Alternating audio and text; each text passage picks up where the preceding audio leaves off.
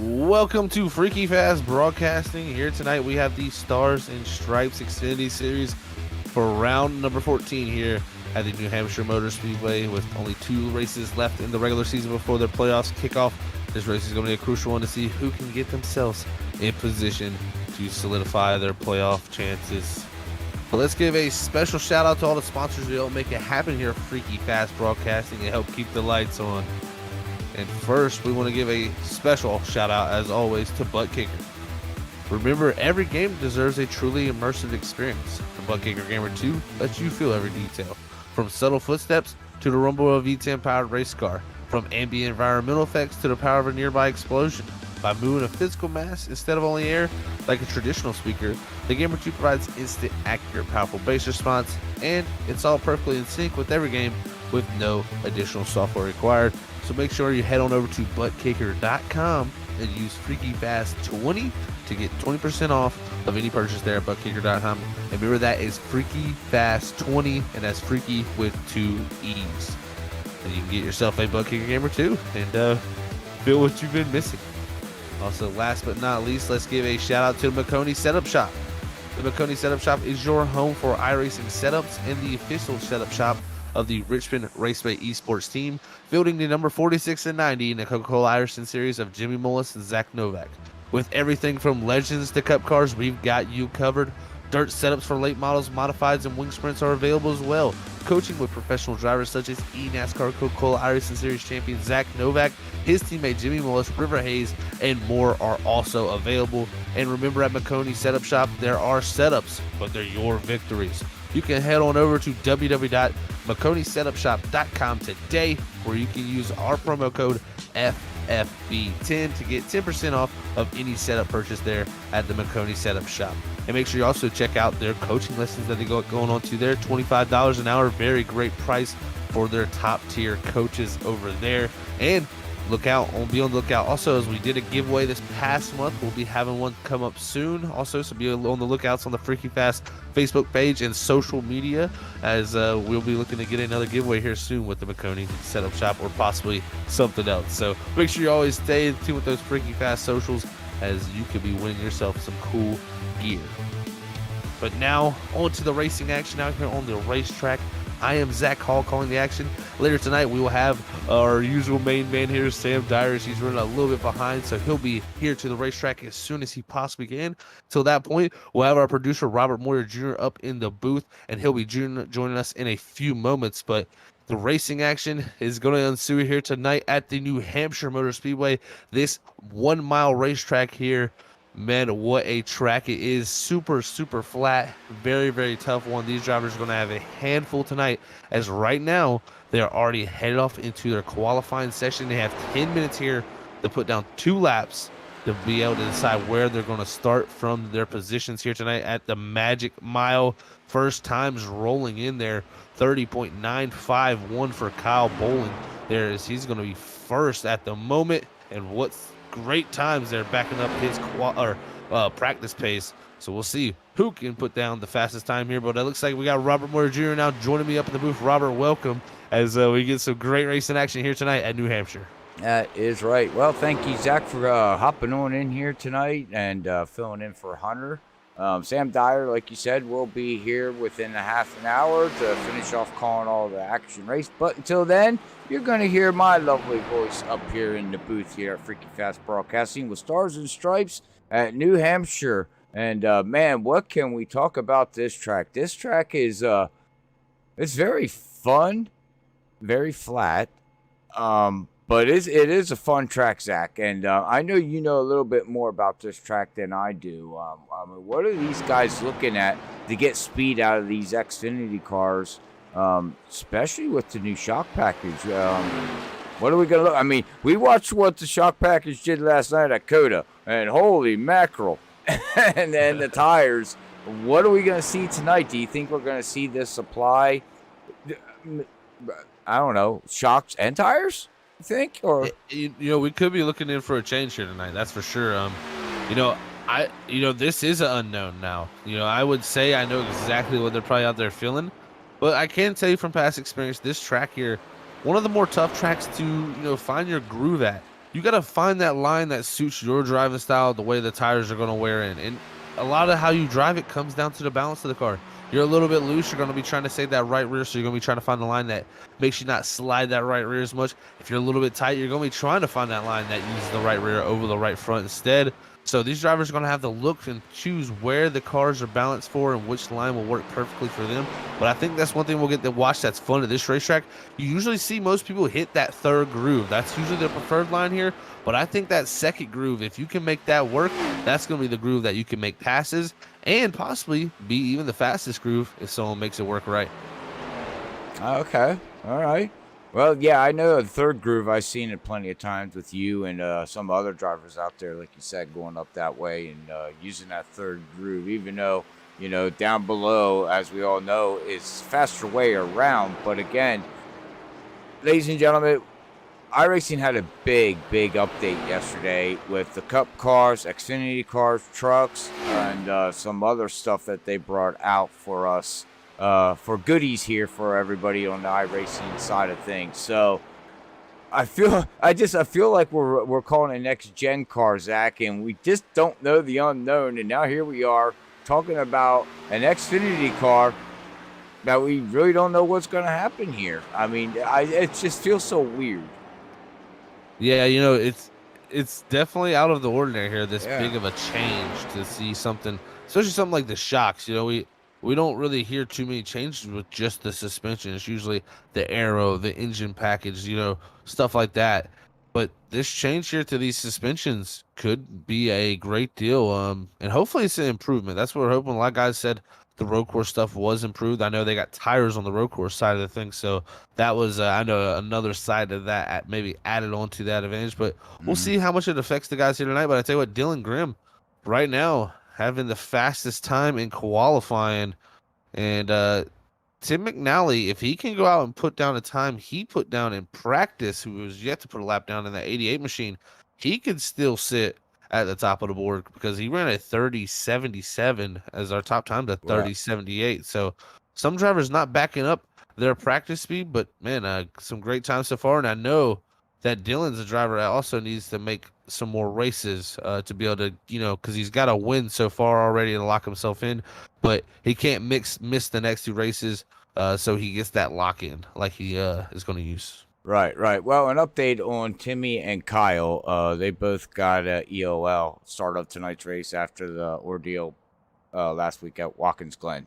So they can't put down a qualifying lap. So 10-4 then. Yep. So they won't be able to. They have a penalty they have to serve here. But we'll talk a little bit more about Andrew and Nate because that's great qualifying for Nate. As we'll bring up the qualifying results here so everybody can see where your favorite driver is gonna start. And if you don't mind there, Zach, as I get this all set up for everybody, Zach's gonna run down your starting grid here of tonight's race. Yes, we will. Dylan Graham starting out front here tonight in the Stars and Stripes at the New Hampshire Motor Speedway. Alongside him on the front row is going to be Nate Lynch. Third is going to be Andrew Medlin. Fourth is going to go to Scott Rickard, our winner last week from the Watkins Glen International Raceway. Fifth is going to go to Kyle Bowling. Sixth is going to be Jason Metcalf. Seventh is going to go to Travis Butt. Eighth is going to be Nick Holland. Ninth is going to be Michael Watts. 10th is going to go to Travis Dart. 11th position at 31 to Trey Jackson. 12th is going to go to Christopher Wade. 13th is going to be Dylan Glass. 14th is going to go to Brian Lynch. 15th, Aaron Hell. 16th, Brian Chu. 17th is going to be John Dart in the 66 machine. 18th is going to be Patrick Hasty. 19th is going to go Max Ward. 20th is going to be George Ketrovich. Sorry, George. We'll figure that one out. Maybe Sam will know. But 21st is Brian Burchett. 22nd is Josh Warner. 23rd is Mike Lynch. 24th, Thomas Velvez. 25th, Kyle McCoy, and 26th is going to be Ting McNally, rounding out your field here tonight. As those are your qualifying results here at the Stars and Stripes Xfinity Series, as we look to pull them off of the grid here to get 120 laps in the books here tonight for the penultimate race of the regular season. That is right. Well, here we go, ladies and gentlemen. It's going to be great action-packed racing here tonight. They're packing in 26 cars. At a short track. This is going to be fun, Zach, to see what these... I am just more in tuned with, I want to see how these cars react. I want to see how the tires react. I want to see how the suspension, that's my main focus. So if you're focusing on anything out there other than your favorite driver, fans, let us know in chat and let us know what you're focused on. But I'm really just focused on seeing what these cars do for the next 7 laps, 8 laps, somewhere around there. Yeah, it's going to be fun to watch how they react with this new change that we have got with the suspension. So we'll see which driver masters it the quickest. As looking right now, about a 90% fuel load. 4 sets of tires tonight, so that means 3 in the pits for the 120 laps. 90% fuel load. They should definitely be able to get to 60 laps in this thing. So it could be a one-stopper here, if anything. And going to need only 1 more set of tires. So if we see a caution, I'll expect these guys to be throwing 4 stickers on those cars. Well, tires are always king. As we're getting ready to come here in 3 and 4, getting ready to go green here. And note on there, Nate is gonna fall behind Grim there in that 23 DoorDash machine. And you got a Budweiser outside. You say, "Here's some Bud. You can take it and deliver it somewhere else." There it is. Green flag is in the air here at New Hampshire as we head down to 1 with the Stars and Stripes Xfinity Series side by side for the lead, side by side for third also as they fight off a 2. Dylan Grimm looking to get the power down the back straightaway. He will clear Nate Lynch as Lynch falls into second. Medlin and Rickard fighting for 3rd and 4th. As there's battling all over the track here. Andrew's going to look down underneath. Scott going to try to work himself through 3 and 4. And that's right there what Zach Paul was talking about. You just get pinched down there and you can't get the run coming off the corner. Very tough to find the line that's going to make speed around here. You're seeing our leader transverse almost up into the darker asphalt up top of that 3rd lane. Now off of 2, Nate Lynch looks to the inside, but the 23 is going to power back around him. As now down in the corner, Lynch going to slide to the inside here. That 25 machine. Now the 0-5 to Scott Rickard, our winner from last week. He's trying to get in the picture here. Little loose for Dylan Grimm on the outside. Save for Scott Rickard. A little sliding off of 4. These guys are not giving any inch here early in the going. This is still battling side by side. Oh, no. Hang on to it. He's going to save it, and he's going to go around. Oh, right in front of the field. And that is something that we're going to see all night. Hopefully not all night, but it's something we're possibly can see all night, Zach, is braking points and the car just sliding up through. And, man, that's a shame for Nate because he had a great qualifying run. This guy's been fast week in and week out, and it's just not happening right now for him. Yeah, that was unfortunate there. I believe that was a little bit of contact from, I believe it was Jason Metcalf, there in the 25 or 35 there as we'll go back. You see he dives out to the inside. Scott Rickard here. He's going to be trying to get a good drive down into the corner, so he's going to go off there way deep. But there's the 25 coming down to run his line in that 3rd lane. And there's 35 meeting him. That's going to equal some early carnage here for our race leader almost. And, lucky not too many more cars ran into him or there was a stack up behind him there, Zach, because that was in front of the whole field. That it was. That was it could have been a lot worse for everybody involved in that scenario. The biggest thing is, the track position loss for Nate Lynch there. As he's also going to get some damage on that left front. But, man, definitely not going to be happy with that moment early in the going. No, he's not. So how bad is damage here? You don't want significant damage, but a little bit of damage shouldn't hinder you too bad here at this mile track. Yeah, this is a mile track, right? Yeah. Yes, it is. Yeah. So, mile track. It's not terrible. You definitely don't want damage. It still is a higher speed mile, just for how flat it is. But you still, you would take damage here over a lot of other tracks. That's for sure. Oh well, we're gonna have to have a talk with Nick here. Nick Holland. Yeah. Oh, because he's got the Ravens on there. Come on, man. You're killing me. He's killing me, Zach. I can't do it. Deep down inside, Robert's a fan. Deep down inside, I'm happy that all the running backs are hurt. Anyways. Oh no! What an evil Steelers fan up here we got. Oh, that's right. I'm diehard Steelers fan. So yeah, hit me up and hit us up on YouTube. Get a chat going. The good chat that we could talk to the YouTube fans out there, Zach, as we are under our first caution here, is who do you think? I'll ask you, Zach. Who do you think's going to take home the NASCAR championship this year? Who do you think's going to win the title? Oh man, putting me on the spot here with that question. Ooh. That's so tough. That's tough, ain't it? It's really tough. There's so many guys that could win it just with the way the formats are definitely nowadays, with the playoffs. Yeah. I think it's going to be hard to bet against Kyle Larson. I think he's got to be the betting favorite at least. Well, I mean, you got to go with the guy that's been on a streak all year and, things like that, and has, multiple wins. But I don't know. I think out of the blue, and this is a long shot, but I think Kevin Harvick. I mean, if he does that, that's going to be a long shot for sure. Just yeah, he did look good at Darlington the past few weeks, but it's just definitely been a tough season for him. But it's going to be a wild end to the season. But I tell you what's also going to be wild here is we got the pace car lights out, Robert. That means we're going to go back green flag racing. Dylan Grimm out here. Going to be restarting from the outside too. He's elected to take the outside lane, so even Scott Rickard. That bottom lane here, Andrew Medlin down low in third. Now Nick Holland up to fourth with all those incidents there.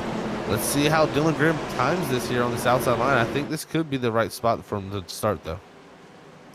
Well, we'll see here as they're coming out of turn 3 and 4 here, ladies and gentlemen. Get ready to go back green on lap number 7 of 120. We're going to get these engines warmed up and smell of the exhaust, and off they go.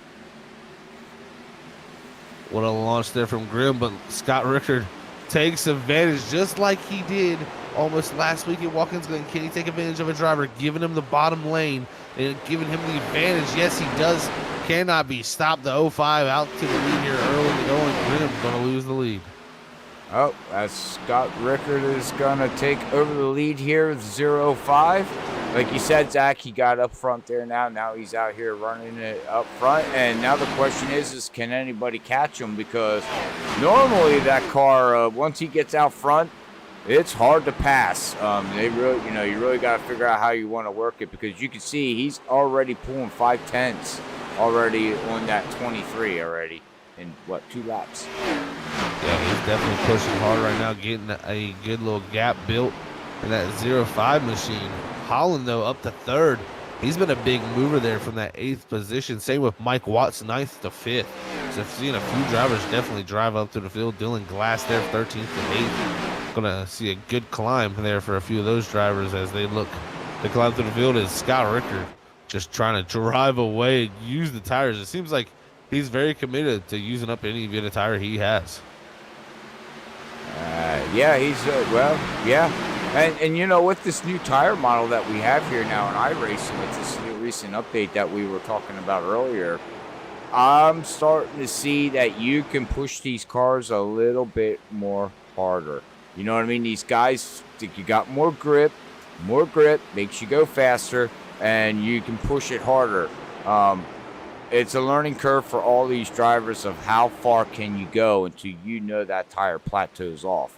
We don't know yet, but right now you can just see they got a lot of grip out there. Yeah, you just see Nick Holland make the move on the bottom in that 68. He's up this second now. Here comes Medlin. He's fighting to the inside of the 23 of Dylan Grimm off of 4 here to see what type of run he can set up here coming out down to 1. But, back to that subject, Robert, not to correct you, but the tire was only for the road courses. So that tire does not affect the tire here tonight. Just the suspension changes here for the night for the cars. But still, we have heard that the cars seem to be rolling more. They seem to be a little bit more lively than they used to be. So that's at least what we heard from the road course side of things, but also the new tires there, that definitely helped their cause. But same tires that we normally had here before. So we'll have to see if Scott burns them up because we can see, people, you overheat that tire, you can get ran back down pretty quickly. Yeah, if you get the tires a little too hot, as we're back here with Trey Jackson here, running in 10th position in the top 10 here right now, as he's got Aaron right behind him in that 4, and Glass up in front of him in that 16, up 4 positions right now, looking strong. But all right, well, Zach fixed my, what I thought was all the way around. It's just road course. Well, I hope they apply them tires to the oval side of things, but holy mackerel. What we seen last night, was insane. Oh, it really was. It was a pleasure to call. And, man, what racing we saw at those road cars was amazing action all around. As we're seeing good action here, too. Man, Dylan Grimm and Andrew Malin, they keep going at it for that 3rd spot. Also Christopher Wade battling with Mike Watts in the 84. A lot of guys trying to get that second lane to work there and move forward. And it seems like a few guys are able to get it done as Medlin now gets to the outside of Grimm actually for the first time. Looks like he'll be able to get that pass done for 3rd. But Watts, Wade, and also Travis Butt, all 3 of these guys all on top of each other battling very hard here. Yeah, it's a battling back there. Well, Watts is falling behind right now. It looks like he's falling back to 9th position. As, like you said, we got Christopher and, hang on to it. Wow. Now that's some door rubbing, baby. Yeah, that's what you call leaning on each other and, not even really making contact, but almost making contact. So that just shows you how close they were. Wade again to the bottom here, see if he can get the run, but here comes the 00 around the outside with the big run from the outer lane. But Wade able to hold strong here, dead even now at the inner 3. Wade could pull a good bit ahead here, see if he can clear that 00. As he's going to try to clear him down into turn 3 and 4 on the low line. And here comes that crossover move. And I was thinking at the beginning of the broadcast, how many times we're going to see the crossover move here tonight? We'll see what Butt does down here into 1. Looks like he decides to back it up. That's going to let Wade clear up the 6th for Christopher Wade, 12th to 6. Great climb for him there in the early going as Rickard still just growing the gap up front. This is great battling back here while our leader continues to pull away. Yeah, that's what I was saying earlier. Once he gets out front, he doesn't look back. that's a thing. So we'll see if he's going to burn off his tires or not. We'll have to see how that all plays out. But right now it's starting to look like we got Kyle back here. Up 13 positions, could not qualify here. He had to start with an EOL, a penalty from last week's race. And he's slowly but surely looking outside the top 10 here right now, Zach. Yeah, a lot of guys having good runs here, looking to get inside that top 10. John Dart there in the 66 also trying to make his way up. Kyle McCoy, like you said, he's driven his way from the back all the way up here in that 7 machine, the 13th now, and really climbing through the field now up to 12th. Aaron Hell next on his list to get by. And McCoy looked very, very quick last week at the road course. Just, had that incident there. And, man, he's doing a good job, though, of recovering from that penalty here. Oh, and definitely, I don't know if you're noticing that, but look at the shock suspension, the way these cars are bouncing through the turns there, Zach. They definitely seem more lively. You see that, too? React to the track more, actually. In the racing surface, it seems like they react to it more as before this update. Most of the time the tires almost seem like they went in the racing surface, whereas now it seems like the suspension and the tires are reacting to the surface. Right, with every little bump, like you can watch them come out of the turn right there. You see how a little bop, there's a little dip coming out of turn number 2 there, so you can actually literally see that. So bravos to iRacing on that one. But, all right, well, right now we still I'm going to go up here and we're going to talk a little bit about Andrew one more time here. This is a guy, Zach, that's fast week in and week out. But he just can't get it all together towards the end of the race. Either he's wound it up with something or he finishes 2nd or 3rd. But this guy, I do believe, is due for a win before this season ends. If not, then I'm not going playing the lottery anymore because I don't know what I'm talking about. Yeah, and he's got some really good pace right now in this 3rd position. But one thing he does have, even though we talked about damage not being too big of an issue, he has definitely knocked the right side wall down at least once because of the damage on that right front fender not looking the greatest. He is quicker than Nick Holland at the moment, and man, everybody else is about 3 to 4 tenths slower than Scott Ricker. Yeah, that's crazy. We seen this before where Scott just he lost the race because of the late break yellow of our Freaky Fast yellow with 15 to go. Normally bites him in the butt, but this ain't the first time we've seen this, Zach, where this guy just checked out and he was gone. Yeah, he's showing unbelievable pace right now. I mean, he is up a half a second on some of these guys, a tenth faster than some of the others. I mean, it's looking very bleak if this race stays green for the rest of this field. Is Rickard not showing any slowing down here in the first 24 laps and continuing to set down the best lap times on the racetrack each and every lap. I'm looking here. Oh, the 20 car is not out tonight. Huh. Yeah, I don't see no 20 car. Do you see a 20 car? I do not. Yeah, I was just looking for that. I do not see a 20. Is that a normal car out here? Wow, yeah, there goes his top 10 streak. The Home Depot machine's top 10 streak is going to go blubbo again. And now he's going to have to start it all over again. Oh, wait till Sam hears that. He's going to be disappointed.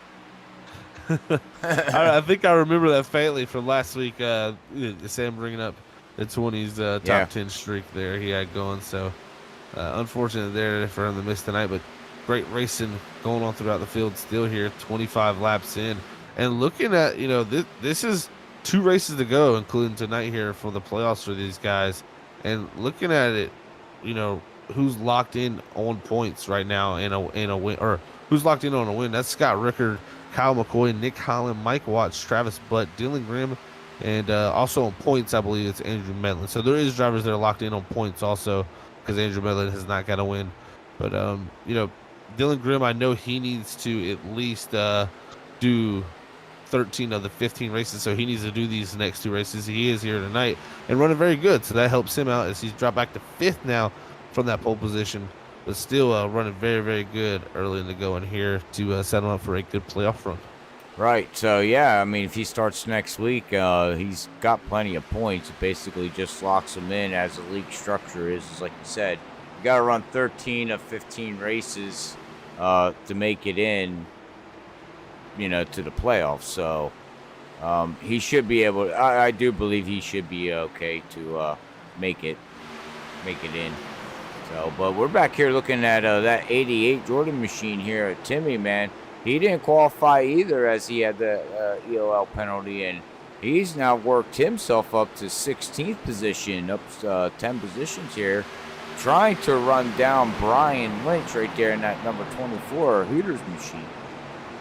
Yeah, McNally definitely a good surge through the field for him. They're 10 positions up from that starting spot of 26th. And like you said, recovering from that same penalty like McCoy, who's up to 10th now. So both of those drivers making good progress here early in the going, and not even through 30 laps yet. That's really good progress to be done. They're going to definitely be hoping for a caution because right now Timmy McNally 14.8 seconds behind our leader Scott Rickard, and same Kyle McCoy at 11.5 seconds back. So with the way the gap is opening up, and it's almost a 6-second gap back to second, this field, if it stays green, it's in jeopardy. I mean, I'm not going to say it's impossible, but Scott Rickard could possibly put a good chunk of this field a lap down. Yeah, the rate that he's going right now. But Derek just posted out on YouTube, Zach. It's his wife's birthday. So, Derek, you're watching along here tonight's race. What's your wife's name? Zach knows where I'm going with this. Happy birthday, also. Anyways, until we get that answer there on YouTube, we'll see what the rest of the action's going on right now here as we'll come up here with Jason in that number 35. Down 7 positions. So he's falling back, but it looks like he leveled basically out right now, and it's looking pretty clean. I mean, this race has I haven't seen really much going on right now. What are we looking at fuel mileage here, Zach, that maybe we can talk about here? Because we're looking like a green flag run here so far. We're pretty well spread out.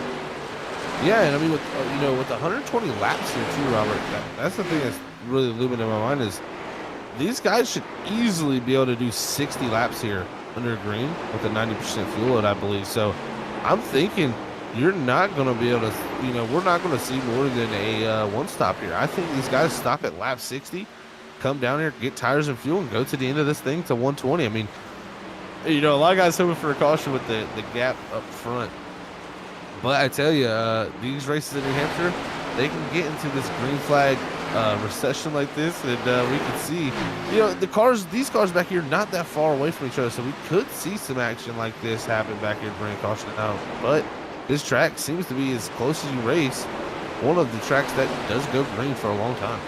Yeah, it's known to do that. But all right, Derek. Well, I hope your wife is around because it's Rachel's birthday here today. She is now 32 years old today. So here at Freaky Fast Broadcasting, we do our traditional when I find out about her birthday.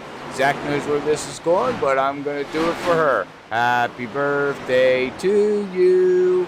Happy birthday to you. Happy birthday, dear Rachel. Happy birthday to you from the Freaky Fast crew. All right. That was beautiful, Robert. Thank you for don't cry. It's okay. Beautiful. I shed a tear. And happy birthday to your wife. Yes, happy birthday. Yeah, very much so. Is the racing action out here is getting pretty spicy. Oh, the 84 where's here. the spicy Josie? See, I can sing Robert, happy birthday, but I can't even so speak excited. right now. I know, right? Spicy. Robert is definitely having a good time. You don't want me to come out too much and have his commentating skills. You come don't. out here. Yeah, my commentating cadence do that. See, man, you're messing me all up, Zach. Anyways, you don't want me talking in the booth, ladies and gentlemen, because this is what comes out of me. I talk about candy, I sing, I joke around, and then we got Sam and Zach and all the rest of the crew. They're like, yeah, baby. And we're getting a good laugh out of it. Everybody has a fun time up here in the booth at Freaky Fast, and hope everybody has a good time tuning in. And if you haven't tonight, make sure you hit that thumbs up button. Help us out there. Get those up as we got some people out there watching it. And if not, if you ain't enjoyed it, hit the thumbs down button. We do take criticism here, and it's very, very good to know when you need to do better. Woo. Some hard racing going on throughout this whole entire field. You got the 24 there of Brian Lynch. He's got Max Ward and Mike Lynch there in the two battling. They're going side by side. We also had Mike Watts and Jason Metcalf battling. It's been going on throughout this whole entire field. Is again Scott Rickard almost up to an 8-second lead now. Last time by, Nick Cullen was quicker. So we have seen maybe the bleeding stop for the rest of the field, but Scott Rickard is just set sail here tonight in that 05 machine. Yeah, he set sail. He's way gone 7 seconds ahead, like you said. But back here to Brian Lynch here in that 17 machine here. He's been being hounded by Mike for multiple laps, and he's got Max. No, it's not Max. Yeah, it is Max in that 57. He's been holding these guys off back here, Zach, but they've been hounding him pretty hard. He's doing a good job, but yeah, they definitely have been going at him as I speak. See, sorry, man, I cursed you. Nope. Yep, I cursed him. He just got passed. He was doing so great for about 5 laps. Not yet. Not yet. You still hold him off. Come on, Brian, get him. Oh, Brian, I'm sorry. You cursed yourself now. Anyways, I think the very first car of the race went a lap down. Scott Rickard has now got by George in the 65. Put George one lap down. The next driver will be Thomas Velzy. And then Brian Shue, Patrick Hasty, Josh Warner in the clutches. I'm going a lap down here on lap number 40. Scott Rickard has thrown a torrent pace over the field and just blitzed out to the front and got the lead from starting fourth. Yeah, he's gone. We'll talk about everybody else here as we're going to look at the track temperature here. We got the winds at around 9 miles per hour with humidity at 38%. Looks like the track temperature is 115 degrees, Zach. That's a pretty warm track temperature for these guys. But the cars seem very stable at that temperature. Yeah, I haven't seen too many people sliding much. I've seen a few little moments of guys' rear ends kicking out, but I think they're probably dealing with more of a tight condition here tonight, seeing just with the way the cars are yawed out. Not very much yaw in the cars when they come off the corner, so that's when it gets tough. And when someone has it figured out like Scott does, how to get his car, because I'm just watching his car compared to everybody else.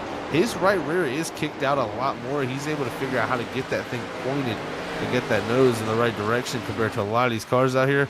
And that's why I think he's producing such good lap time still in that 05. He's able to get the nose really pointed, use that second lane, and power off the corner. Looking at the lap times, he's still about 2.3 to 0.4 faster than the field. 43 laps into this run. Wow. He's on rails right now. Yeah, this guy's a machine right now. Looks like Travis Butt and Dylan Grimm battling for fifth. Travis Butt's going to get that pass done. He's actually running some pretty quick times in that 00 machine here late in the going as he gets past Grimm. Our pole setter now 11 seconds back from the lead. Grimm had a great time there in qualifying to get the pole, but has slipped back here as the race has head on. Now, the 05 of Scott Rickard going by Thomas Velzy here in the 67. Oh, close there between him and the lap car there as they go down the straightaway. Scott trying to get it done here. He'll get the pass done. That's going to put the 67 a lap down. 2 cars now, 1 lap down here. 44 laps in the books. Scott puts him a lap down, and stay tuned. If Scott wins this race, Zach, you're going to ask him, does he have any shout-outs? And he's going to say, my dog in my room. We need to ask him what his dog's name is so we can give the dog a proper shout-out. Exactly. Might need to figure that out here. Hey, that's his keys to success. Then, man, I mean, those are some good keys to success for Scott there. He's really put a clinic on here tonight so far in the first 45 laps. 8 seconds over Nick Holland. But Nick Holland started to pull from Medlin, who's actually starting to get a little bit of pressure from that 44 Kyle Bowen, who's crept up into the picture. Same with Travis Butt. Those 2 cars creeping forward here. Here goes the 44 Kyle Bowen down to the inside of the 12 Andrew Medlin here in 1 as he looks to stick the nose to the inside, trying to go forward and get to that top 3. Very much similar to the road course race, the 44. Looking quick as the race goes on. He's looking very strong right now as he's still going to try to battle. He's going to take it down into 3 and 4 here. Try to get side by side of Andrew, and he's going to. Now the question is can he power out of the turn and clear him? And no, he does not. But he's not going to give it up here yet, Zach. He's going to try to take it down into turn 1, and nope, that front end just slides a little bit on him there. And you can see that he had to back out of the gas a little bit to get that front nose to plant a little bit. Yeah, tough racing going on here for the 3rd position. Andrew Medlin trying to hold him off, but here comes Travis in the 00. He's trying to get a run through. Here comes the 44. Almost some contact between him and the 12 here as they fight off of turn 4. The 44 going to have a nose ahead, but here comes the 12 with a run on the outside. They're going to push dead even down into 1. Can Kyle Boland get it done? He's back in the center up. A little bit of contact from the 00 there to the 44. Oh, man, what race have we got going on here, Robert? Big time racing now with that damage there on the back. How hard is that going to hurt him? Because that pushed that rear spoiler all the way up in the center, and you can see it how it's lifted up now, Zach. Yeah, it's definitely shoved that spoiler up in the air. Travis Butt trying his darndest not to run into him there. You also got Dylan Grimm coming into the picture now. A little too far behind that. Also, Kyle McCoy from his start from dead last. up to 7th. He's drove as well. You can see him in the back of the picture there. But look at this Medlin high, but maybe go for the middle. 44 Bolin side by side down the back straightaway. What racing we got going on here for 3rd?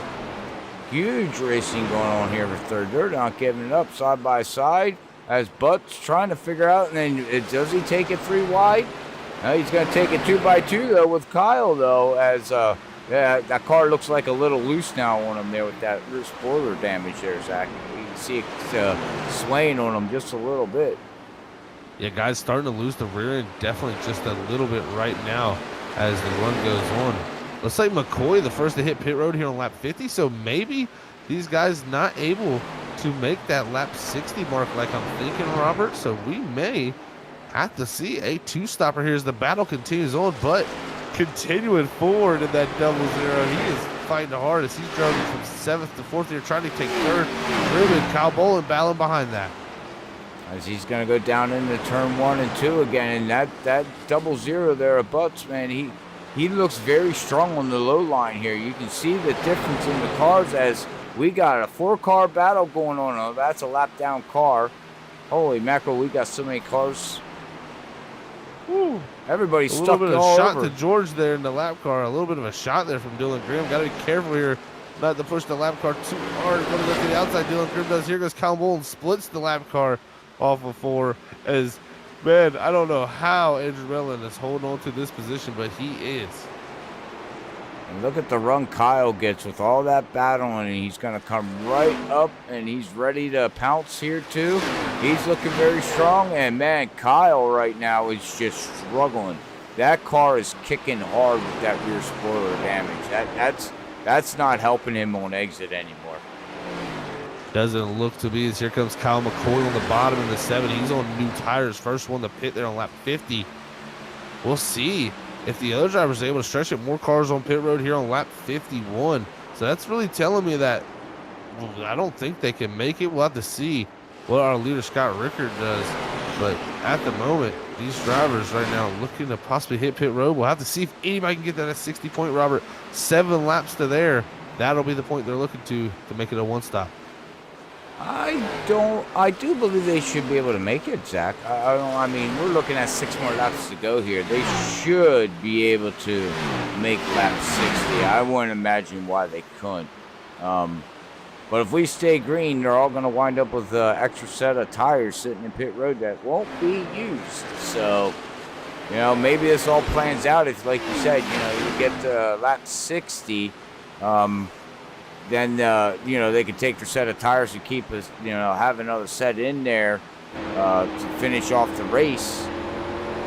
Now, we'll have to see how that all plays out, but I'd like to welcome Sam Dyer tonight. He's finally made it here, ladies and gentlemen. So how you doing, Sam?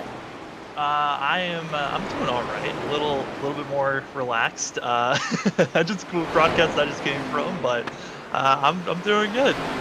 All right. Well, we've been green flag all the way through tonight's event here so far. Scott has pulled out and got the lead. No, sorry, we did have 1 yellow. I do apologize for that. So, yes, we have 1 yellow, but, you know, that's something we didn't factor in, Zach.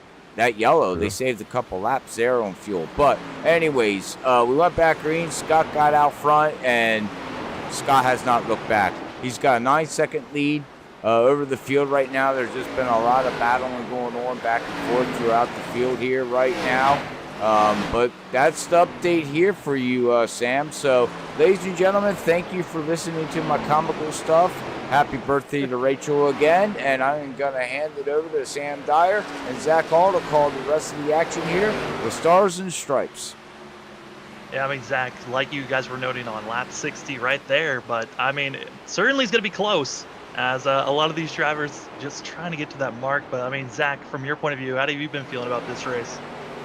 Well, I tell you what, it's been interesting to watch. You know, we've seen some different groups working, and one thing I've been watching is a lot of guys working that third group, but our leader, Scott Rickard, who's, you know, pulled to this 9.5, almost 10-second lead now out front, he's been kind of committed right to the second group and really making it work. Kind of drifts up in the center of the corner up to that third group, then cuts back down on exit. It's very interesting to watch how these guys play throughout the race. And we also had some cloud covers rolling here on the track, and maybe that's changed it up a little bit too. But Robert made a good point right there before he switched it over to us. Is we did have a caution.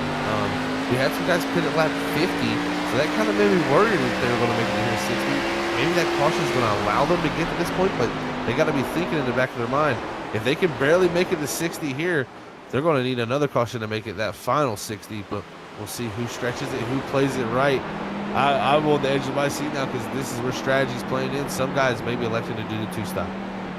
Yeah, now coming into pit road, going to be that of Aaron Hale, who's going to be coming in. But a freak incident of drivers just disconnecting, some on their own, some because of internet issues. Look like that of John Dart and also Travis Dart, both going to be taken out of this race, as well as Patrick Hasty parking it for the day. So already 3 drivers out, left with 23 on track. As pit road is getting busy, a lot of drivers coming in. You have Hale, also Brian Lynch, Mike Lynch into pit road, getting service done for themselves. Yeah, a lot of guys coming here on lap 60. They must be confident to be able to do the next 60 if they're going to pit there. I mean, if you thought it was close to get to this point here with that caution, you think you want to stretch it at least a few more laps. We'll see when Scott pits. He has the luxury of having such a big lead, though, that he can just stay out really till the tank runs dry and still probably come out with the lead with how big a lead he's built. I mean, personally, it's been amazing to watch, Sam. This guy has not fallen off. He took the lead and just drove away. Yeah, I mean, it's been incredible to watch for sure. I mean, 10 seconds is the gap at this point between that of first and second. I mean, and then you've got yourself another almost 2.5 seconds is the difference between second and third. So starting to see a bit of a gap building up as more drivers at a pit road. Dylan Grimm as well as Trey Jackson going to be getting some service done for the 23 and the 31. This might be pushing them out, and caution flag waves. Oh no. And that is not what the guys who pitted wanted to see. Kyle McCoy luckily going to be in the lucky dog spot, but it looks like Watts is going to be the car that goes around Mike Watts in the 84 here to bring out our second yellow of the day. Second yellow of the day going to be on our Daytona winner, Mike Watts, who right now for Watts, it's all about just showing up for races. He needs to show for this one and the next. You're going to be seen on this replay.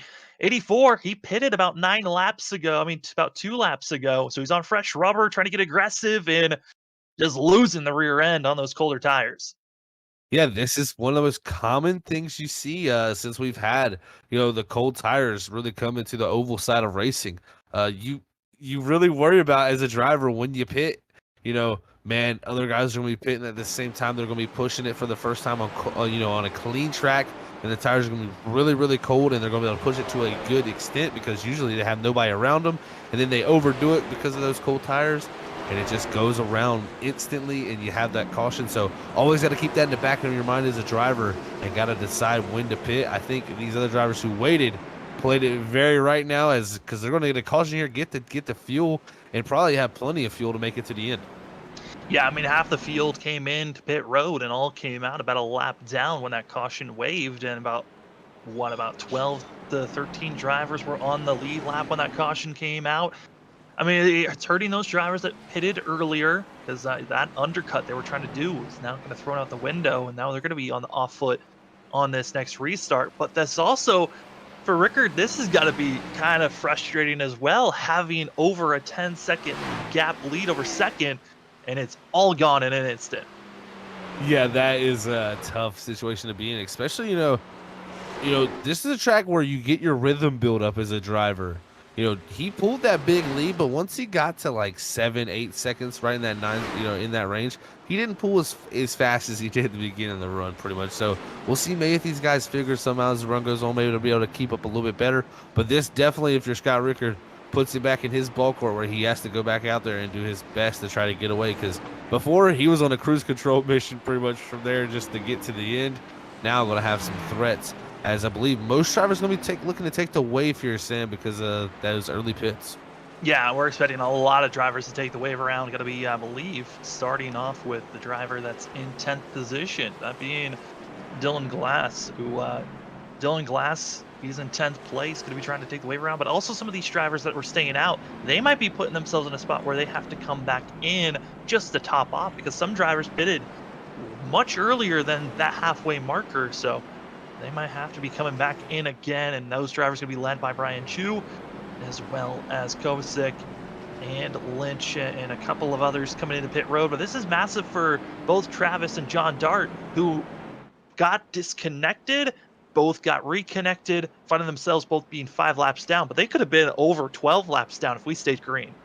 Oh yeah, that caution was so timely for them. It actually has given them a chance. If we start getting a good bit of cautions here, we don't have that many cars on a lap down right now. So, if we get some quick cautions here, with all these guys hitting wave, the Dart, could get himself back up in position, especially 4 for Travis Dart and then 5 for John Dart. You never know. I've seen crazier things at these style tracks. They could definitely be in position.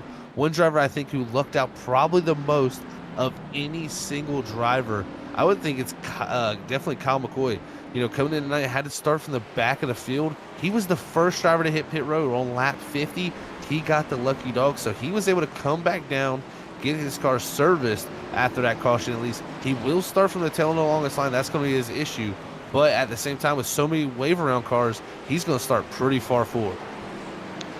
Yeah, going to be further forward and going to see how these drivers... I mean, if you're going to be in this spot for some of these drivers, you're kind of banking on there being a lot of quick cautions. And we're past halfway, and drivers are in spots where they need to get a lot of, spots and positions, points to get into the playoffs, while other drivers, they're feeling comfortable because they already got wins. They're locked in. Half of the playoffs are already filled by drivers that have won, as the field is stacked up, ready to go racing here at New Hampshire.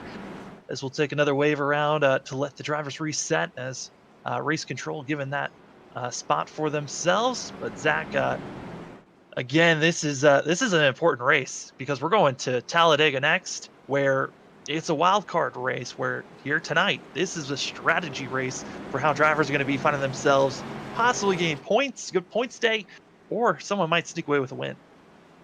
Yeah, definitely. It's a race where you have a little more, I guess you could say, your own work in doing the finishing order. At Talladega, you go there and anything can happen. Like you said, it's a wild card. So these drivers are going to be looking for tonight to be their chance to solidify their chance to possibly go in there, and a win would do that. So we'll see if anybody can break through and get by Scott Rickard here late in the going. Well, our top 5 going to be Scott Rickard with Travis Butt, as well as Andrew Medlin, Nick Holland, and Kyle Boylan going to be your top 5, with Christopher Wade, Timmy McNally, Dylan Glass, Aaron Hale, and that of Brian Burchett going to be your top 10. As a pace car is off, drivers are lined up, and we are green. Scott Rickard, no, he didn't want to wait for anyone. Already 3 car lengths ahead or more as they head into turn number 1 and 2. Yeah, he shot out to the lead on that first restart of the race for the 4th position. Now going to shoot out from the 1st position and take a good little gap here down to the 3. But the rest of the field single files out really from 10th position on back, as we're seeing some moves being made with cars that had to start behind on the older tires. Some are on older tires, some are on newer, and some are just trying to move forward, while others are kind of hesitant and falling back. Kyle McCoy did not take tires, and he has already dropped back to 19th place. That 7 was banking on a quick caution, and it has not happened just yet for the 7. But also, if he could somehow stay out and force all the other drivers to, run maybe 10 to 15 laps, doesn't go a lap down for the 7, then a caution comes out. This isn't a terrible strategy for himself. Yeah, very interesting from his part personally, because him getting the lucky dog like he did, you would think he would have hit pit road and at least got fuel because of where he pitted. So interesting call from his part in the 7. Maybe thinking that we're going to get some quick cautions here in this part of the race, but that's banking on a lot. I never, as a person, as a driver, want to bank on yellows because you never know when they will come. Because when you want them to come, they won't, and when you don't want them to come, they will. Oh, exactly. We saw that during that caution that came. We're riding on top of Josh Warner, who's getting to see what the Hornets nest like, as all the drivers in front of him, 14 up to around 6, they are all on top of one another and just side-by-side racing. And this is the one thing about New Hampshire that you love to see. There is so much space that you can make all these moves, but really there's only a couple of lanes you can really find that speed at. Yeah, you know, this track is definitely a very interesting track when it comes to your line. You know, it's really that top line where you do generate most of your run in that third lane where the dash line's right here as we're running on board with the two machine.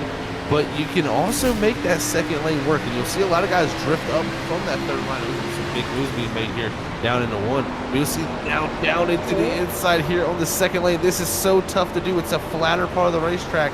Very tough to make the power off here, off of this corner here. And you're going to see, if you're on the outside, power by with that extra banking. So a very tough track to make time, but the line is the key here as Dylan Grimm goes by into 23. Dylan Grimm trying to move himself forward, but we saw that aggression running on board with Mike Lynch. He got to see that Metcalf get into the outside wall, brush up a little bit, and now going to be trying to capitalize as drivers starting to move forward, falling back. It seems, as I'm watching the 35, it's that exit of turn 4 where he is losing a lot of time, as well as he's following a driver that's usually running in 15th. Max Ward in 11th, looking for a top 10 for that 59.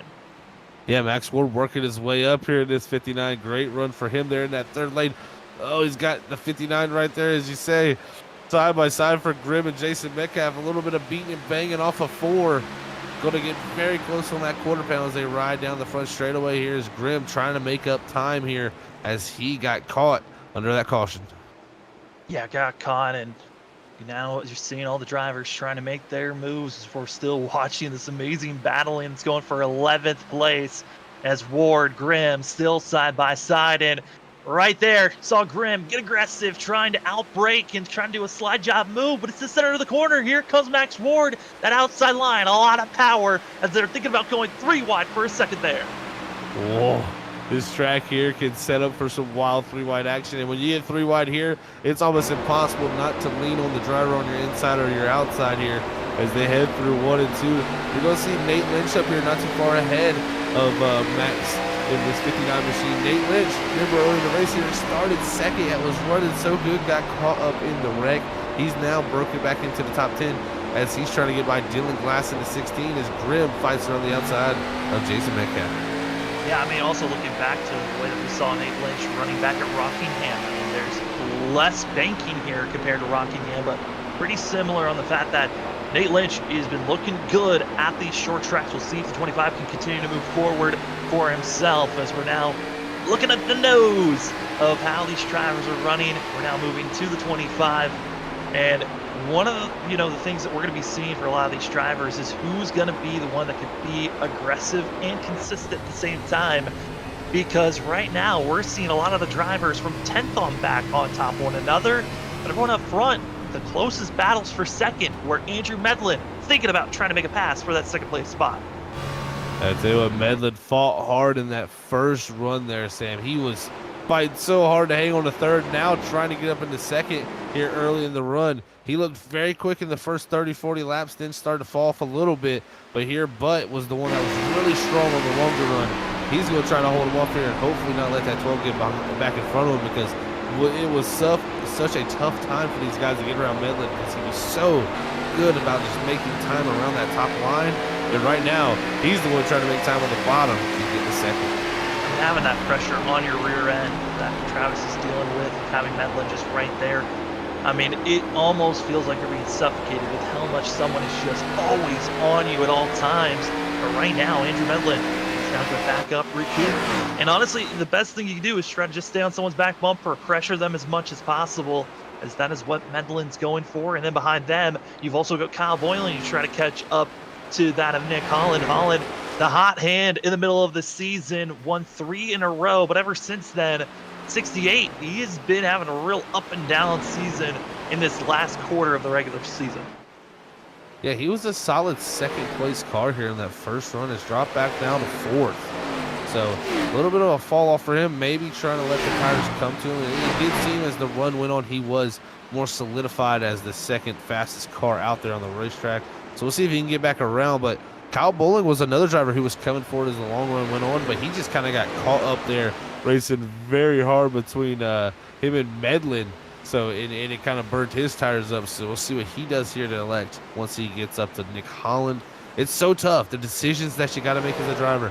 Do I go and battle this guy in front of me and try to get ahead of him? Because every time you don't make that pass work, you're just going to burn your tires up more and more making those attempts.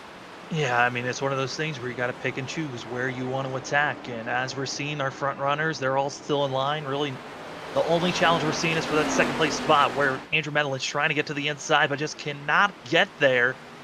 But the Hornet's Nest still around 10th place on back. It is it's a handful that we're seeing a lot of these drivers dealing with.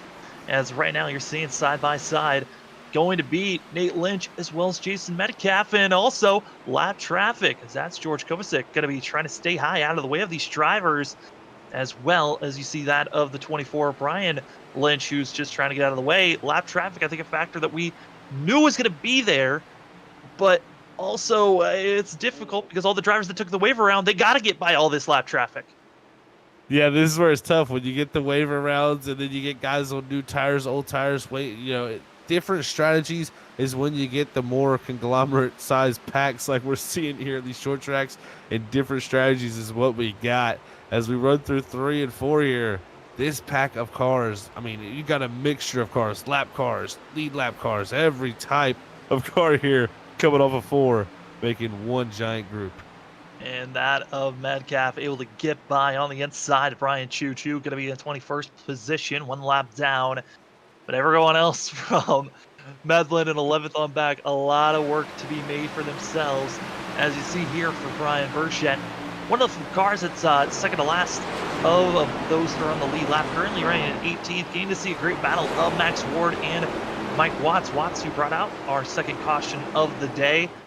But looking at how these drivers are racing right now, side by side, 20 laps into this run. I mean, Zach, at what point do you got to be a little bit concerned running side by side for so long? Oh my goodness, Burchett, holding on, locking up those brakes, almost making contact. But at what point are the tires going to be having that drop off to where it's going to be difficult to stay side by side for this long?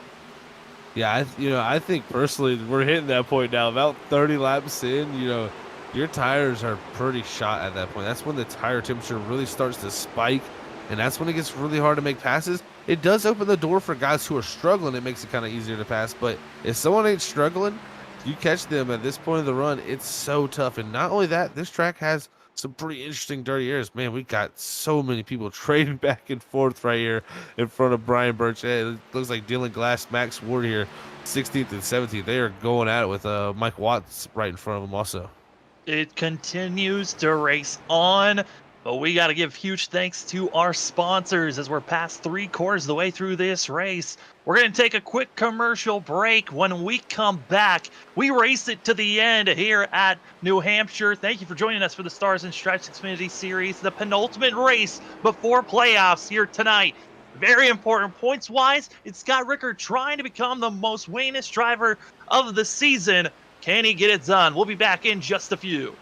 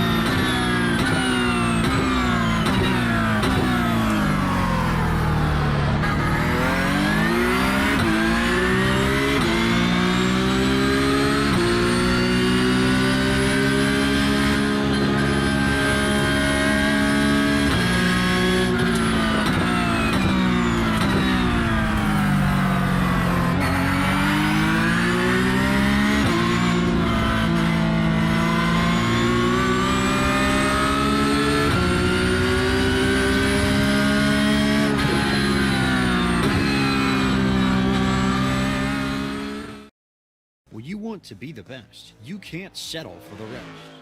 There's a reason that Makoni Setup Shop is trusted by more virtual and real-world tracks and companies than any other setup shop in iRacing. With partners such as Stafford Motor Speedway, the Nashville Fairground Speedway, Five Flag Speedway, Speed 51, and more. When you want something done right, you go to the experts at Makoni Setup Shop. With setups available for most series on both asphalt and dirt, built by a team of professional builders consisting of some of the top talents on the service, Makoni Setup Shop LLC has what you need to hit the track with confidence. Head over to MakoniSetupShop.com and learn why Makoni Setup Shop is the official setup shop of Richmond Raceway Esports and is partnered with some of the largest names in virtual and real racing. And remember, at Makoni Setup Shop, there are setups, but your victories.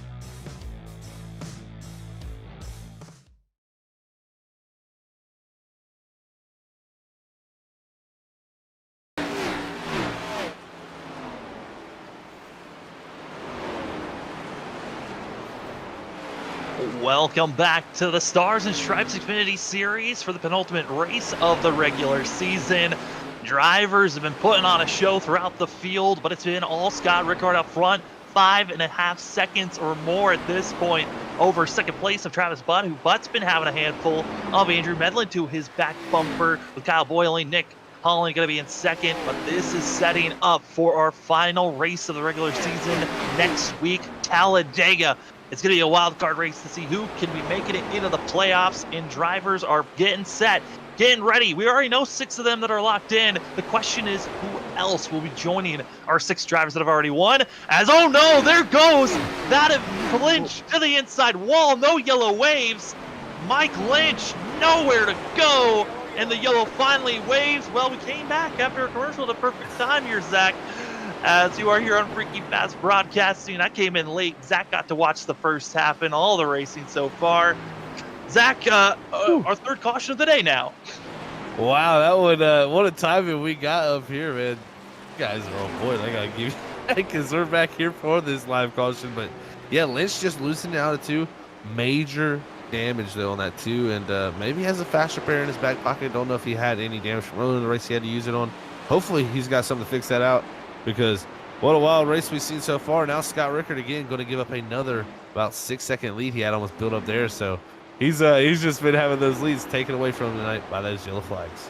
Yeah, now the question is, do drivers want to come in and take tires at this point? I mean, we're coming to a point in this race where you might think about taking some tires, but they're kind of restricted on the amount of tires that they can get fuel-wise. Everyone is good. They're set. They know they can make it to the end. But that's going to be the biggest question of where do these drivers lie with tires, just because it's kind of late here in the race, and track position we've seen has been so important, but everyone into pit road. The drivers had a total of 3 tires in pit stops in pit road. So with this being the third caution, they should at least have this set, if not an extra set after this. Yeah, most drivers are going to have an extra set after this right here. So I believe this will be most guys' second set. And, hey, I think this is the perfect time to go take them. You know, wouldn't want to come in too much later than this point, because, you know, that's where the strategy is going to get interesting. You can put yourself pretty far back there, and we'll see what type of strategy plays out for these guys, because now everybody going to be on clean rubber. Let's see who can produce the best lap time. And if we do get a caution, that's where it's going to get tricky. Do you come in and take that last set? Ugh, that's where the driver's got to worry. Oh, Zach, we were touching on the fact that it just seems like everyone's side by side, but they can't make any passes. Well, we might have just gotten word on why Andrew Medlin's been struggling. That 12 machine has just used his fast repair on this pit stop. Could have been a little bit of damage that was holding the 12 back from making the pass into second. Yeah, and he's had that damage, actually, Sam, since really the first 20 laps of this race. So he's been doing a fantastic job to hang on with that damage, and it was pretty significant. It was a torn-up right front fender, I would say. So to have that right front fender back on that car pristine like it is now, he's going to be looking to produce a little bit better lap time. I would not be surprised to see Medlin be able to get something done with that right front fender being fixed. And Medlin's not the only driver that has used a fast repair this race, as Nate Lynch, Kyle McCoy have used a fast repair, as well as that of Mike Watts.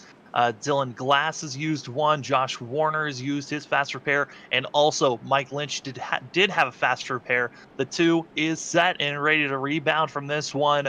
And that will be the rest of the drivers. Actually, I'll take that back. George Kovacic has used a fast repair, and that will be the last of it. We've only have one driver that is officially DNF'd from this race, being Patrick Hasty, but we also only have had one driver that has dominated all race, being that of Scott Rickard, who is now up front. 4 freshies, the rest of the field following the same strategies. 4 tires with coming to 22 laps to go, and we go green again.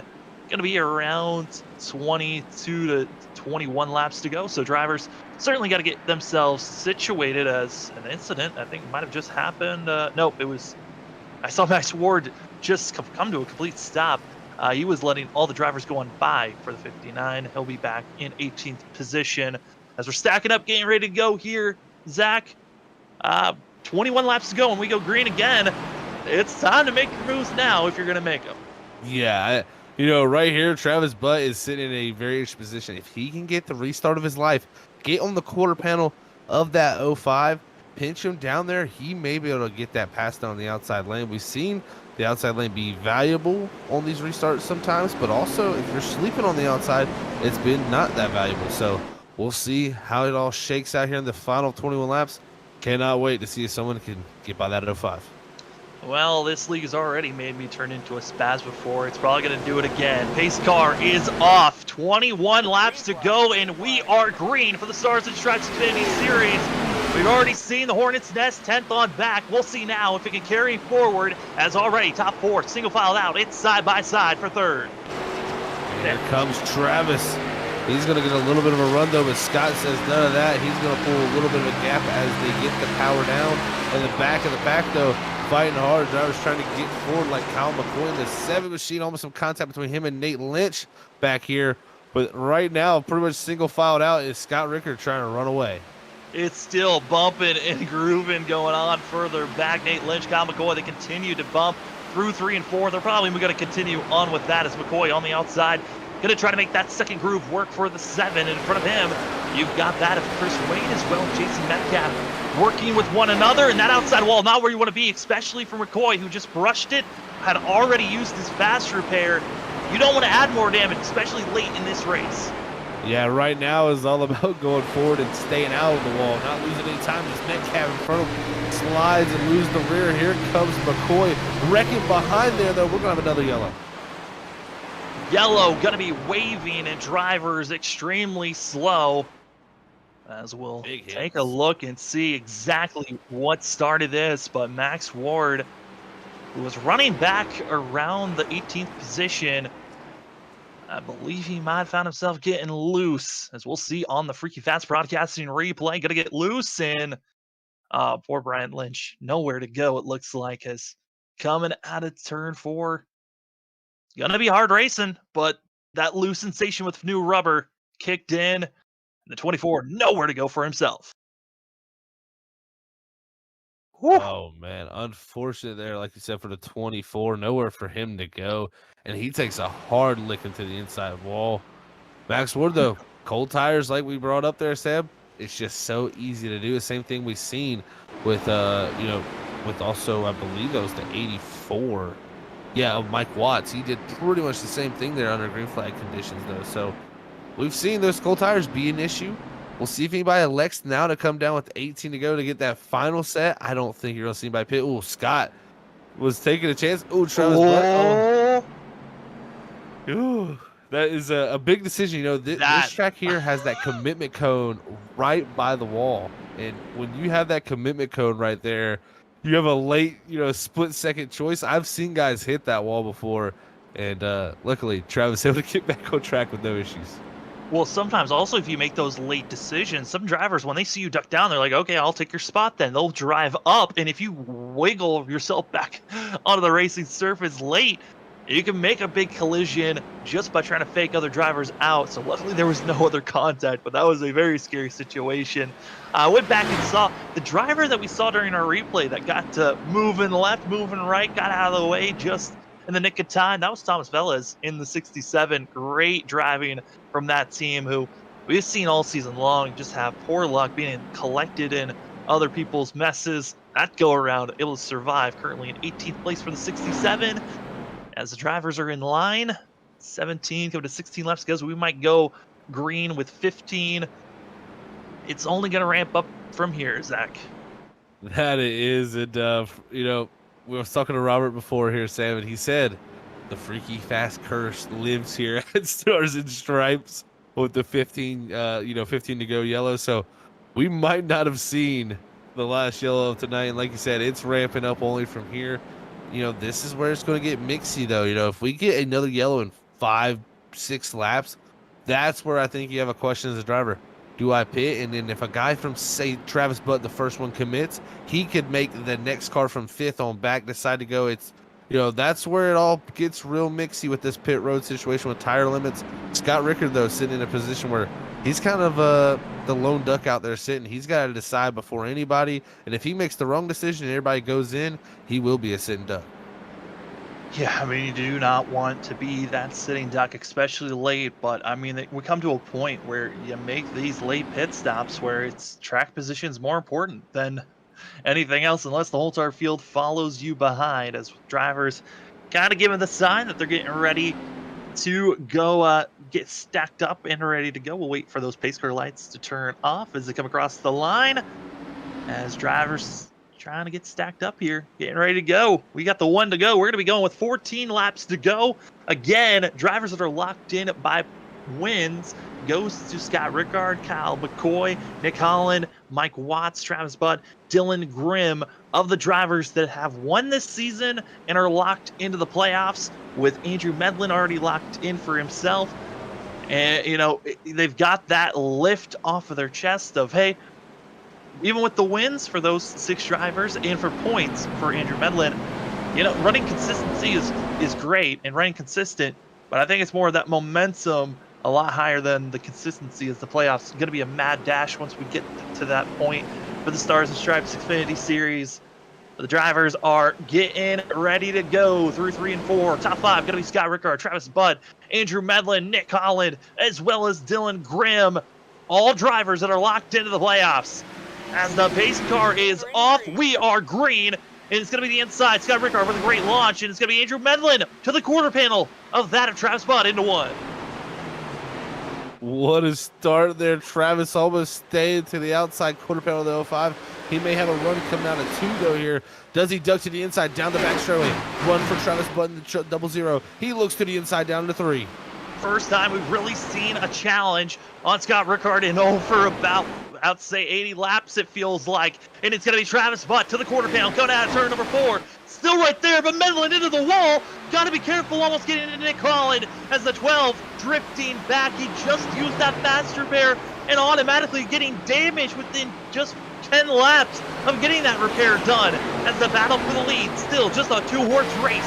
Scott Rickard, Travis Butt, as they try to pull away. It's Nick Holland who's behind, but still being challenged. Oh, man, what action we got going on. It's definitely ramping up. The guys are pushing harder than they have all night long. Butt is driving it so deep right to the back end of that 05. We're having guys duck out. They're wrecking back there at the start-finish line.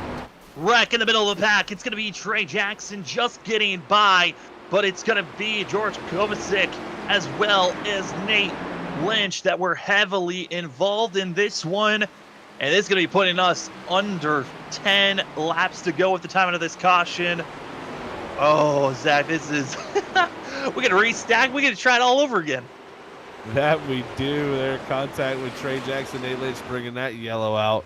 And, man, this is going to be interesting to go back and watch here. I believe that Trey gets a little bit loose here, comes down into the door of that 25, turning him up into the wall.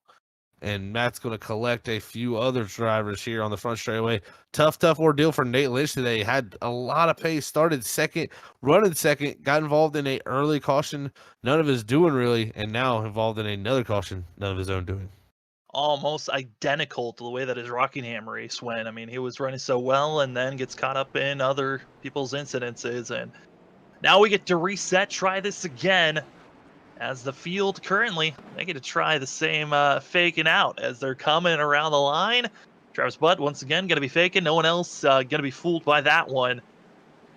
Question is, who further back might have to come into pit road, and leading that charge going to be Trey Jackson. No surprise, needing to get repairs done, as well as Mike Lynch into pit road to get service done for themselves. So everyone that was involved in that wreck coming in to get service done, try to get repairs for themselves.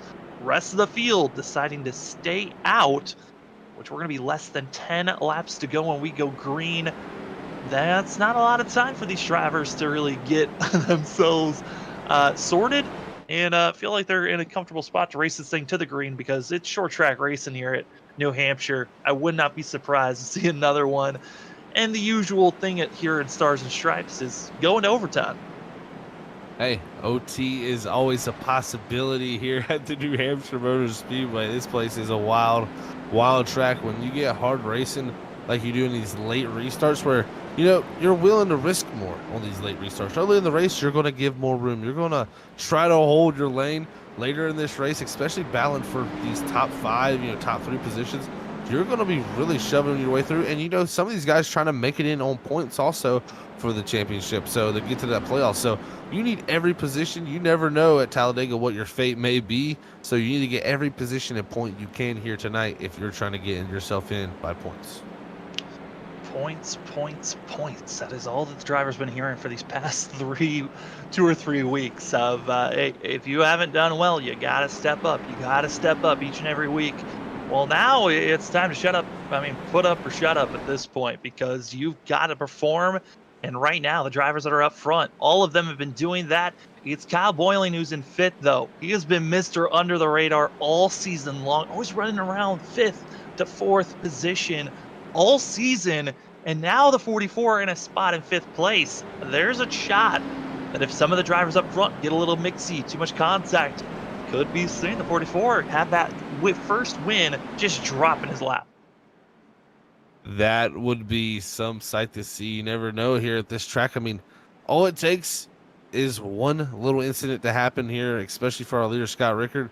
If something happens with him, then everything is in shambles from there. You never know how you're going to get out of this as the pace car lights kick off. We're going to be going green next time by. It's going to be 7 to go.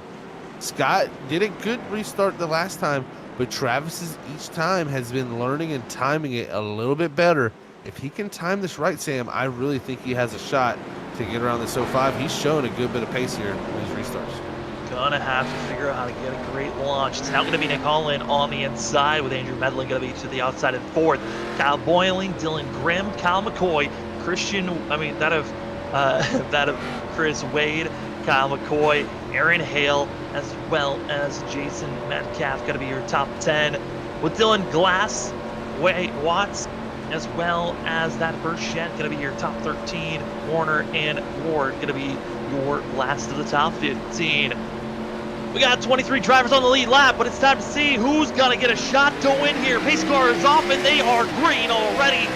That's Scott Rickard getting us launched and moving. And once again, the question is, what type of a launch will Travis Butt get here out of turn 2 is all we're going to be seeing on the screen of the 00. Out of turn 2, getting a pretty good launch, but he wasn't as close as he was last time. No, not as close this time. Did not get the best restart at the time. A couple colleagues back, he slings it into 3 there and closes the gap as Medlin takes 3rd back from Holland. The battle ensues on. Dylan Grimm, what a rebound for him, as he was way back at one point, now back up here into the top 5 as he gets around Boland. Oh man, Dylan Grimm playing nice. Just had enough space for Nick Holland to move up. But those battling that's going on for 4th place, it is raging on as our front 3 are now in line. It's a 2-horse race for the win. 6 laps, coming to 5 laps to go when they come across the line. If we get a caution after we cross this line, we will go into overtime. As here comes Scott Rickard across the line, 5 laps to go. And now for these next 5 laps, it's going to be all about anticipation. Will another yellow strike to put us into overtime? We'll have to see how it plays out here. Rickard out front right now has Butt all over the back end there, about 2 car lengths back. There is a wreck on the back straightaway. It's going to be Mike Watts getting spun around into the inside wall hard in that for the 84. Our quick yellow, 5 laps to go, and this is putting us into overtime. And Sam, you alluded to it. It was very possible to happen, and it happens almost immediately.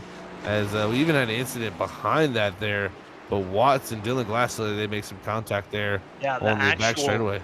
Oh, the it's actual caution going to be that second incident we were talking about of Timmy McNally and Thomas Valles making contact that we saw initially on our screen of the 84.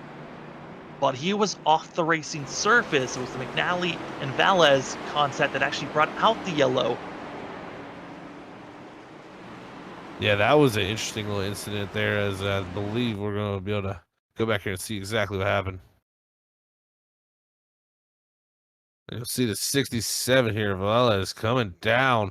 And there's McNally, a little bit of contact there from the right front there. It's going to send the 67 spinning. Then this contact's going to send the two of them down the racetrack here, hitting the inside wall here on pit road exit. And this goes shove them right back up in front of traffic. Hard hit for both of them here, as the 67 takes the hardest hit to the outside wall, as Watts is spinning down here farther in the back straightaway. So multiple wrecks happening here late in the going.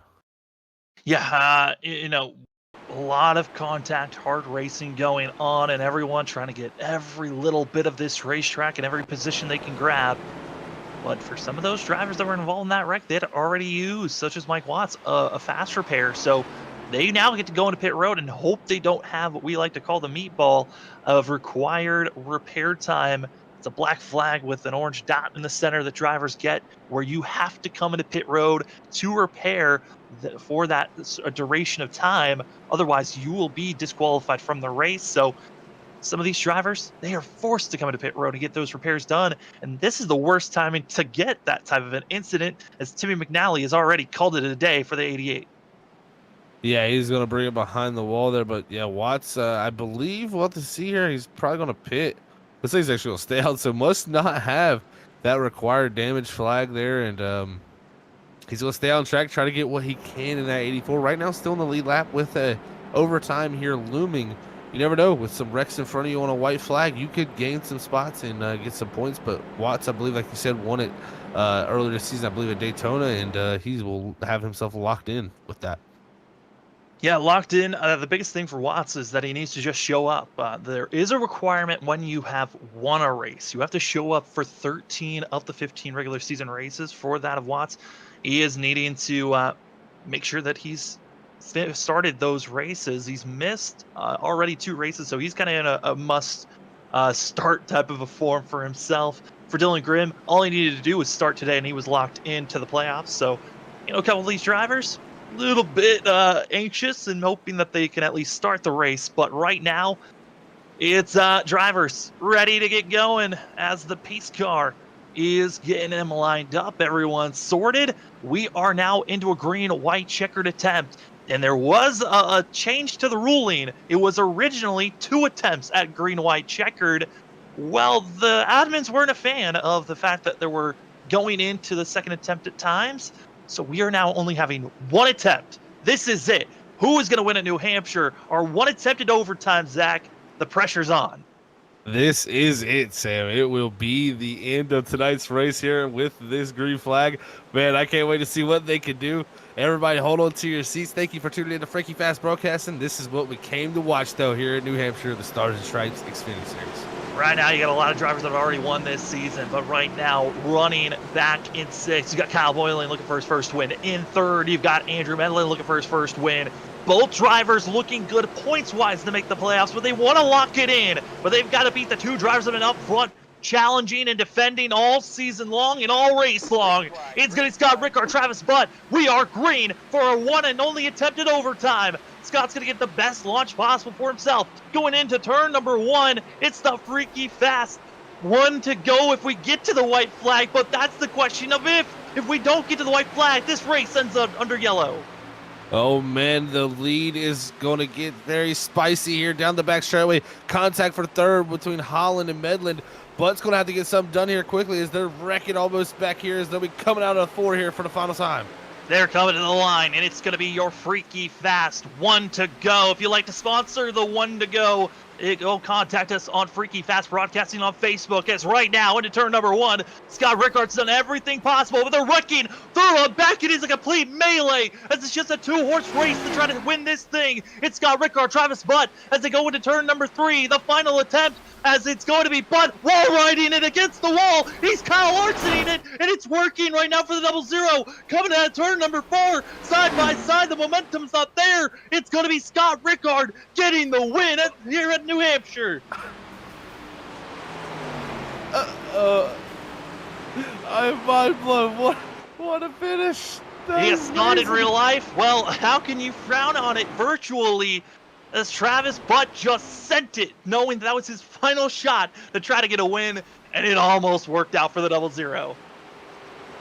I am mind blown after that one, guys. That is a wild finish. He's seen that one on TV before, I think, and you know what? I guess he definitely tried to video game that one, as they would say it.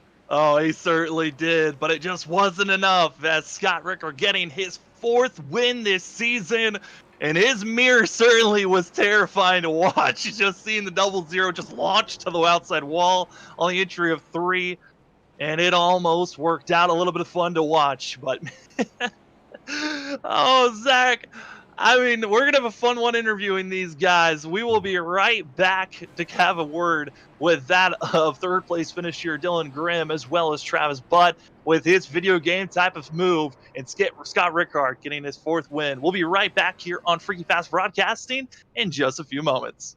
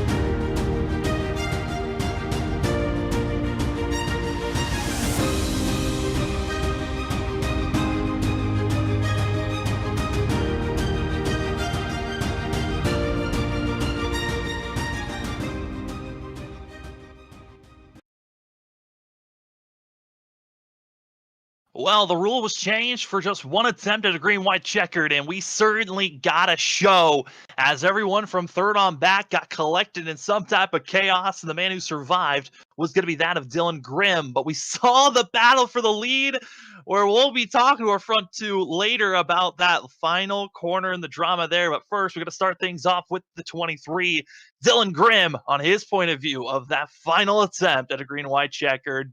Dylan, it's Sam up in the booth. You got me? I got you. Well, we only had one attempt this time at a green-white checker. A little bit of a change in the middle of the season on that, but man, give us your point of view on that one attempt. Yeah, that last restart was pretty crazy. I fortunately on the last lap I got into Andrew and that was all my fault. But yeah, I'm happy with the third place finish. Yeah, and Dylan, with this start that you had here today, we're now officially locked into the playoffs. How are you feeling about the playoffs that are just 3 weeks away? I'm a little nervous for him because there's a lot of guys in this league who have more bonus points than I do, so I'll be starting the playoffs a little bit behind, but hopefully we can make those points up.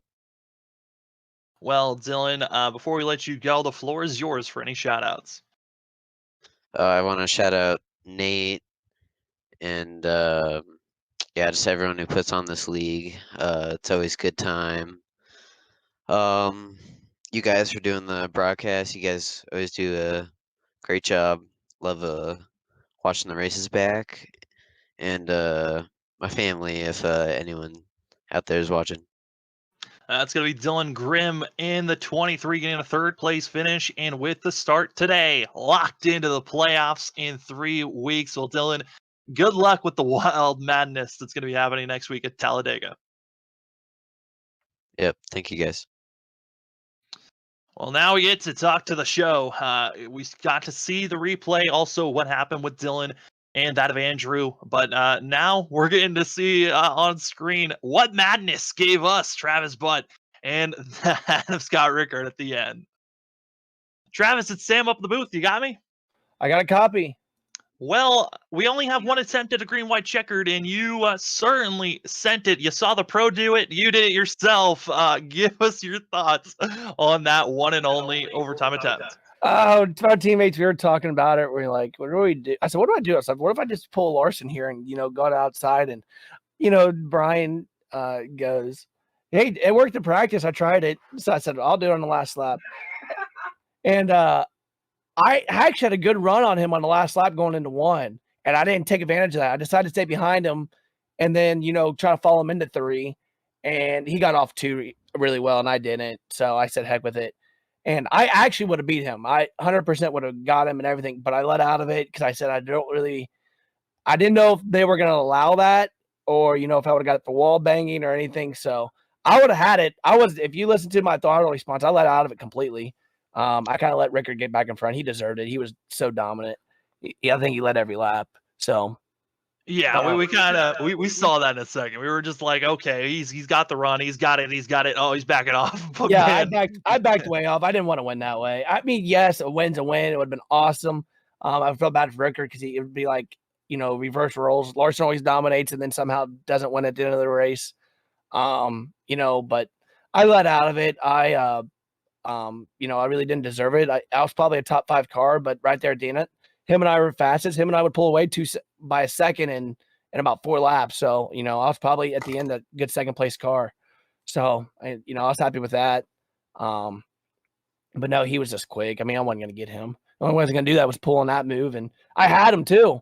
But him and I talked, and he said he would probably been pretty upset for the win and stuff. And I said, we'll get another track. Speaking of that other track, we're going over to Talladega. How are you feeling about it, man?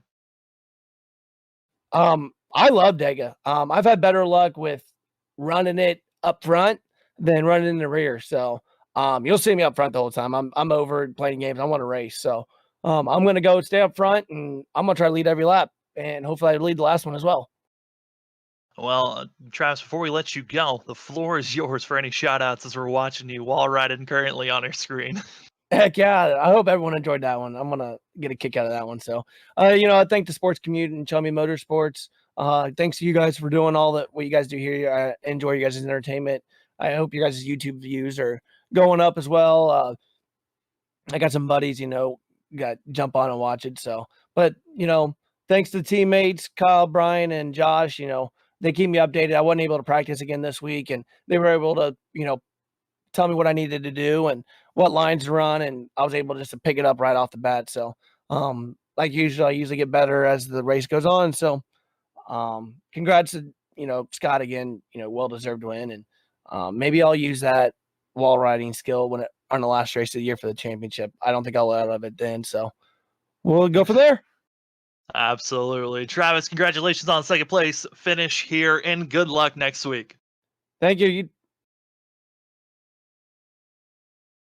As we're going to move over to Scott Rickard, as 05 certainly had a great run for himself, dominating most of the race, but had it quite scare as we see it on screen. As we've got Scott up in the booth. Scott, what a race, and we're seeing it on screen now. What a terrifying moment it might have been seeing the 00 side by side wall ride in there coming out of turn 4. Yeah, I didn't expect him to do that until I looked in the mirror and seen him in the wall doing it. Yeah, I just hope I didn't, and I thought I was gonna turn myself off the corner because I went up like he wasn't there. Yeah, I mean, Scott, you had a fabulous night. You were the top dog for most of it. What was it about New Hampshire that you just found speed that other people just weren't finding? I have no idea. Just be smooth, I guess. Those are the more terrifying moments as well, as when you have no idea. But Scott, the rule has changed. We went from 2 attempts to just 1 attempt. How did that change your mindset coming into this only 1 attempt at overtime and knowing that you had to have the perfect restart? Not too much. Just don't spin the tires and wreck the whole field doing it. Yeah, that's a good way to go. Well, we're going to Talladega next week. Scott, we've already now become the most winningest driver of this season with 4 currently, and you could be the most winningest driver out of Talladega and out of the regular season. How are you feeling about going to Super Speedway racing next week? Awful. I'm not good at super speedway racing.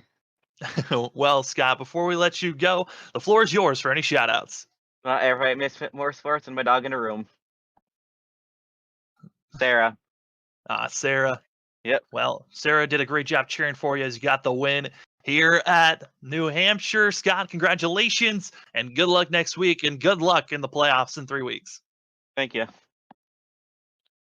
05 got to celebrate this one, as it certainly was a dramatic race at the end. We'll take a look at our final racing results unofficially, as it's going to be, we're now in the final steps. We've only got 1 more race until the playoffs start, where we've got a lot of drivers trying to build up. But with tonight's race, it's Scott Rickard with that of Travis Butt going to be in second, with Dylan Grimm in third, Aaron Hill in fourth, with that of Nick Holland in fifth. Finishing out our top 10, going to be Chris Wade with that of Dylan Glass, as well as Jason Metcalf, Brian Burchett, as well as Andrew Medlin after the content that he had with Grimm, dropping all the way back to 10th. Zach, as we continue to look at the rest of the board, what were some of your final thoughts coming into this race? Man, what a race it was. We've seen Scott be very dominant tonight. That is a case that sometimes happens in racing. Sometimes the passing that we see is not for the lead, and just because of that, it doesn't mean it's not a good race. We've seen a lot of passing, side-by-side racing especially. Battles that lasted 20, 30 laps through some of these green flag runs, and we got to see some strategy play out. Guys pitting a little bit early, getting themselves caught out. It definitely was a race of many different tales. A full green flag run pretty much at the beginning. Then the cautions came as the good old short track style of this track came out, and it got to be some beating and banging. But, man, it's just been a good time to have 2 weeks in a row here with you guys. The Stars and Stripes been learning the way with these drivers and getting to know the names and the faces out there on the racetrack. It's just been a pleasure to be back up in the booth again. Zach, it is always a pleasure to have you up in the booth. And for tonight's race, like you noted on, really a tale of two tapes with the way the first half was to the second half. Might have been me bringing some bad juju because once I got in the booth, it was just chaos out there on track. But it certainly brought a lot of fun action at the end. We saw that Travis Butt try to do a Kyle Larson move to try to win it wall riding. Like I said, he backed out, could have gotten it done, but went with the more respectful call, backed out, just finished in second. But certainly has set us up for a race that everyone has been preparing for. Talladega, the last race of the regular season to see who's going to be moving on to the playoffs next week, and it's going to be a blast to watch. We'll give you all the scenarios once that time comes. But first, we got to end tonight, which means we got to throw it up to our producer, Robert Moyer. You got to hear him earlier in the race. Well, he'll finish out the call here tonight. All right. Well, thank you, gentlemen. Great call and great second action-packed racing here, the second half of tonight's event. Man, well, everybody that goes back and watches this, I'm sure you're going to take notes, and I'll just give you one recommendation. Don't try it during an official race because you'll get in trouble. Just put you that way. Yeah, but man, he gave it a shot. I mean, like you said, I mean, you've seen it in real life. And I actually never thought I'd actually see it in a sim, but it caught us all off guard, and it was awesome to see. But at the same time, he did the right thing by backing off and letting Scott take home this win here. And, he'll take home a second place finish. Win's a win, but, second place is still a good run here. But like you said, next week, Talladega, I call it a crapshoot. We don't know what's going to happen next week, man. So everybody, make sure you tune in next week at 9:20 Eastern, as we'll be down there at Alabama. Some super speedway series racing going on there. A high speed, 190 some miles per hour. It's going to be crazy to watch that kind of racing going on. And there might be that one driver that gets that win, gets the points, and just, makes it into the playoffs. Just barely, just makes it in with the win and the points. So we'll have to see how that all plays out, like Sam said. But we do like to say thank you to everybody who has tuned in. I want to make sure everybody knows our next televised broadcast will be this Sunday with SRU at Dover as they're ending their season. Mark Whitley wrapped up that championship last week. So we're going to head to the Dover International Speedway and finish off their season number 10 with them. So hopefully everybody has a great Friday. Enjoy your Saturday. Enjoy football. Season has opened up. We've got NASCAR playoffs and real life going on. But until Sunday, we want to say here at Freaky Fast, God bless everybody. We love you all. Peace out.